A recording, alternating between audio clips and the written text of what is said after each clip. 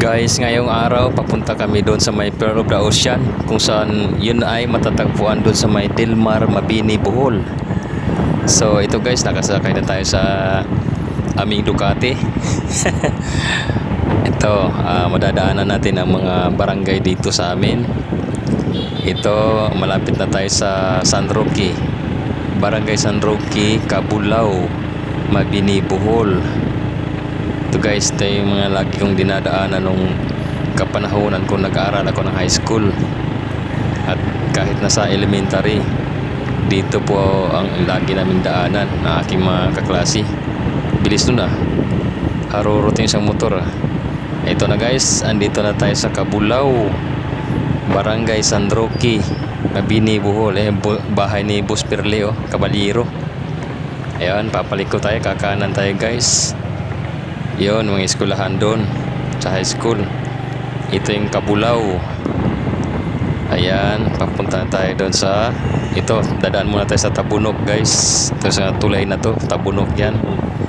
Bali, sinurtcut ko na lang itong video ko para hindi kayo maboring manood. Para ibang mga barangay din na natin na daanan, baga pinutol ko na. Ito na guys, andito na tayo sa Pearl of the Ocean, dito sa may Delmar, Mabini, Bohol.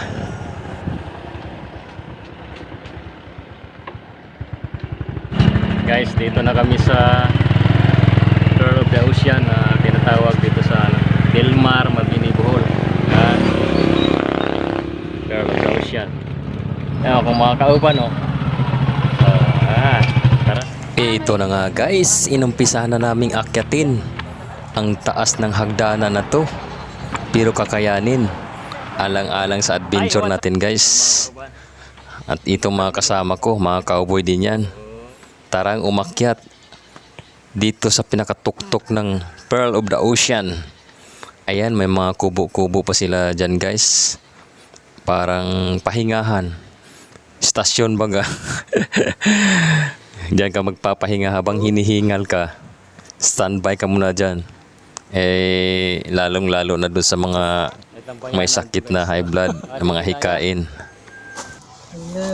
Shout out mga biyaheros. Guys, grabe, sobrang taas ng inakyat namin, pero solid pagdating doon sa taas. Tingnan nyo naman yung view. Wala, andito pa kami sa kumbaga first station sa duha, tulo, apat, pang apat pala na estasyon yung nasa pinakatuktok. Dito kami sa pangatlo, tambay muna din hinihingal yung mga kasama ko. Nice kayong view ba? At ito, itinuloy na nga namin guys ang pag-akyat dito sa hagdanan na mataas para marating na natin ang pinakatuktok.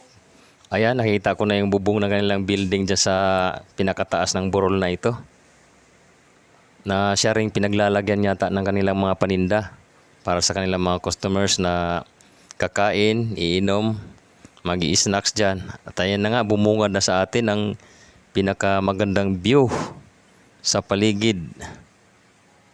Ayun, may mga tao rin guys na mga bisita na namamasyal din dito. At ito, iikot ko ang aking kamera para makita nyo rin ang kabuuang view dito sa tuktok ng burol. Grabe, sobrang init guys. Wala talagang kaharang-harang dito, pero sulit naman ang view. Susulitin natin habang nandito tayo. Ayan, abutan na mo yung view do sa pinakababa.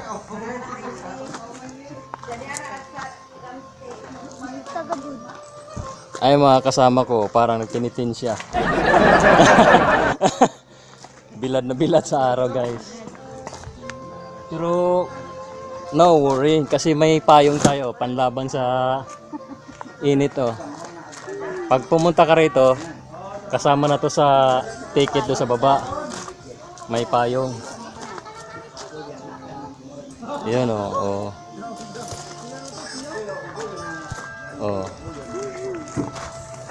tapos may tindahan. May tindahan rin dito guys. Ayan. Pag nagutom ka, nauhaw ka, pwede tayong bumili dyan na Bili mo na tayo soft drinks ta. Tara. Kay uhaw. Nainitan mga kasama ko. Inalo ko ng soft drinks. Wala, hindi ako pinansin. Talagang sinulit ang view. Picture-picture na sila. A few moments later. Guys, pag nagutom kayo, pag pumunta kayo rito, meron din namang mabilhang meron din silang mga items dito na pwede mong mabili. Gusto nyo magpalamig, meron din silang mga ice cream. Binili namin. Ito lang nakayanan namin yan, soft drinks sa mga kakarampot na chichirya. At ito naman mabait namin si ma'am na maganda ang aming tindera.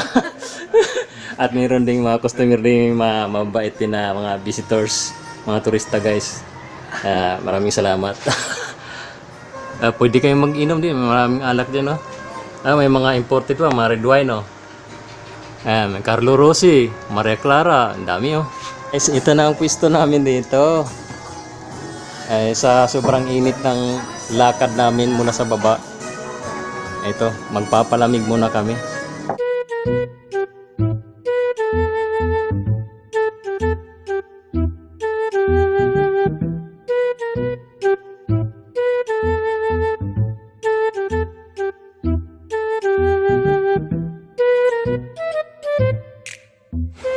Grabe, ang sarap magmumuni-muni dito guys. Overlooking kasi ito, kaya tanaw mo talaga lahat sa paligid ang nasa ibaba. Ang sarap talaga magtambay dito, lalo na kung may kasama kang mga minamahal sa buhay, jowa at iba pa. Libot rata nga na ba? Libot. Tanaw mo din sa camera. Yan namin sa Chide. Ay, Chide. Umali. Sakuan dia ini. Saingan ani? Pearl of the Ocean guys. Pwede po makiraan. Kiraan lang po. Pakikita niyo yung Diyos. Ang ganda. Sunod lang kayo sa akin. Saan tayo punta? Ha? Babawag. Diyos, ang tagyo. Pwede pinapasan ito.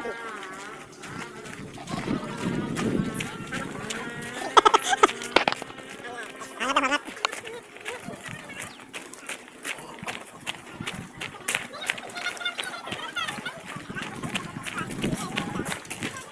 Ay guys, surrender rin mga kasama ko sa kakasunod sa akin.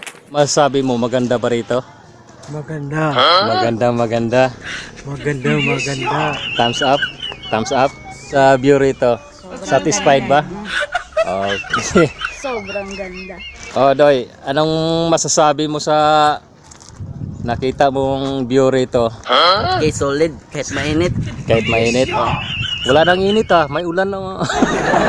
Kanina, mainit kanina. Kakaitim. So ibig sabihin satisfied ka sa nakikita mong view rito? Oo, Maganda. maganda. Ah, Mahangin din. Hindi, imbitahan mo mga barkada mo. Sabihin mo punta tayo rito. Mm. Sa mga gusto mag-picnic, mga magjowa, diyan Punta kayo dito. Maganda dito. Maganda diyan. Libre mo? Hindi.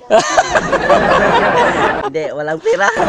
So ayun guys, andito na tayo sa may Pearl of the Ocean, which is located here in Delmar, Mabini, Bohol. Napakasulit talaga guys ng view. Pwedeng pahingahan, tambayan, lalo na yung mga turista na gustong mag-aliw at mamasyal rito. Talaga namang sulit ang pagod niyo sa pag-akyat dito sa bundok. Tsaka mura lang ang bayad, 20 pesos lang ang ticket per person. Kaya kung gusto nyo, pasok ka na rito. Sa mga hindi pa nag-subscribe diyan, subscribe naman, Tons Bahay Vlogs. Saka paki-share naman ang ating video para mas dumami pa ang ating viewers at saka mga subscribers. Support. Ako guys, talagang dito talaga ako lumaki sa probinsyang ito, kaya alam na alam ko yung mga pangalan ng mga isla ron. Yan, tinatawag naming Tintinan. Yan. Tapos yung katabing island naman, yan yung tinatawag na Huagdan. Tapos doon, yung may dulo-dulo doon guys, Yan tinatawag na naasog clit. Yan. Alam nyo maganda rin ang views dyan. Pwedeng maligo dyan sa may mga pampang. Pwede kayong umakyat doon sa pampang at tumalo doon sa dagat. Diyan naman sa baba, nakikita nyo yung ano diyan, no? Fish pond. Ay, may mga alaga silang bangus dyan, saka tilapia yata. Hanggang doon yan. So ito yung lugar ng Delmar. Ayan, mga kabundukan guys, ang ganda oh. Tapos ito naman yung pinakabahay-bahay dito sa tuktok ng Burol na ito. Burol lang to, hindi pa naman to bundok. Burol. So pag nagutom kayo, walang no problem kasi may tindahan naman dyan. Pero kung alanganin ang budget nyo, di magdala na lang kayo ng baon kasi medyo double price din ang mga items dito. Gawa ng siyempre sasadyain mo pa papunta rito. So yan lang mga update natin guys. Sana suportahan nyo ang ating video. Subscribe, like, share para mas dadami pa tayo ng ating mga katrupa diyan. Ito yung view sa baba. Ayan. May bundok pa nga doon sa unahan, no? Kasi sa Bohol rin ito guys. Bagay talagang nature na dito sa Bohol na maraming burol. Kasi dito rin yung ano, Chocolate Hills. Doon naman yung sa Carmen Bohol. Ito ay malayo-layo ito. Pero marami din dito mga burol. A few moments later. Aba, seryoso to mga kasama ko guys ah. Kanya-kanyang muni-muni oh. Kayang inisip ng mga to. Mabalikan nga. Aba, buti na lang pinansin na ako. Aba, kinakawayan pa ako. Hi. Sige, ganyan kayo ha. Hi.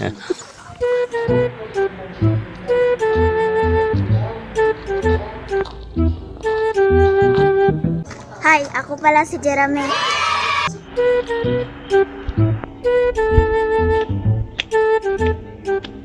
Hi, ako si Evelyn Bagat.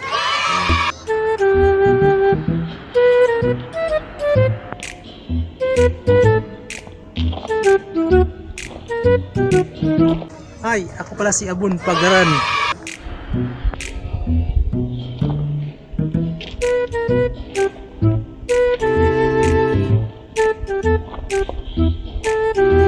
Hi, ako pala si Jondel.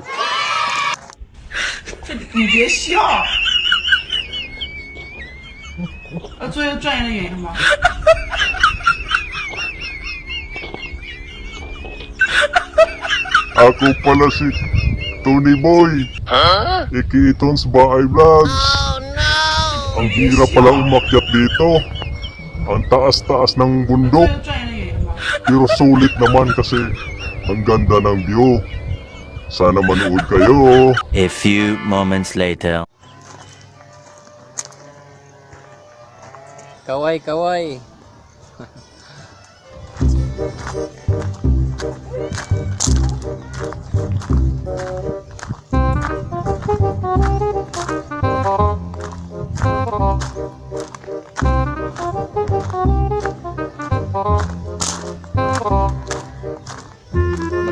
Maglilibot-libot lang ako guys. Kasi talaga nakakawirin ako ng viewer talaga rito.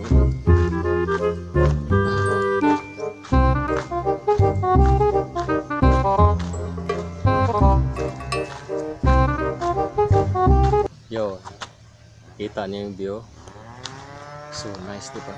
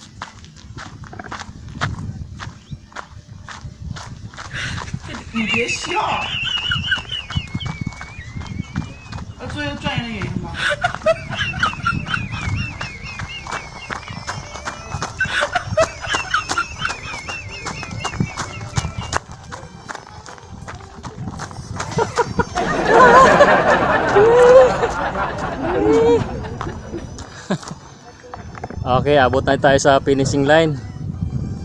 Tingin ko uwi na. Uwi na tayo. Uwi na. Yan na. Uwi na. Bye-bye. Uwi na guys, kaya ito, fast forward na kami. Bumaba na kami ng hagdanan. Ito ang mas masarap guys, ang pababa ng hagdanan. Kasi maginhawa kaysa dun sa pag-akyat kanina. Pero ayos lang yun. Ang importante ay nakaakyat tayo sa pinakatuktok.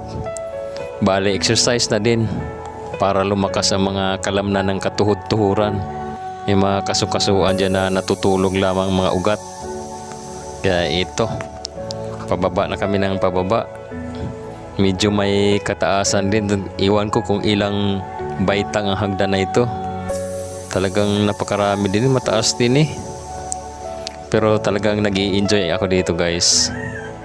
Tsaka isa rin to sa mga pinangarap ko na marating. Gawa ng bagong gawa lang ito. Tsaka memories na rin para sa ating buhay. Tayo yung mga BMW natin. Ayan, naka-ready ng mga sports car namin.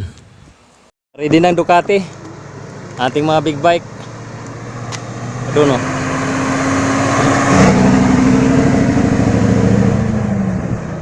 Okay, tara na. Uwi na tayo.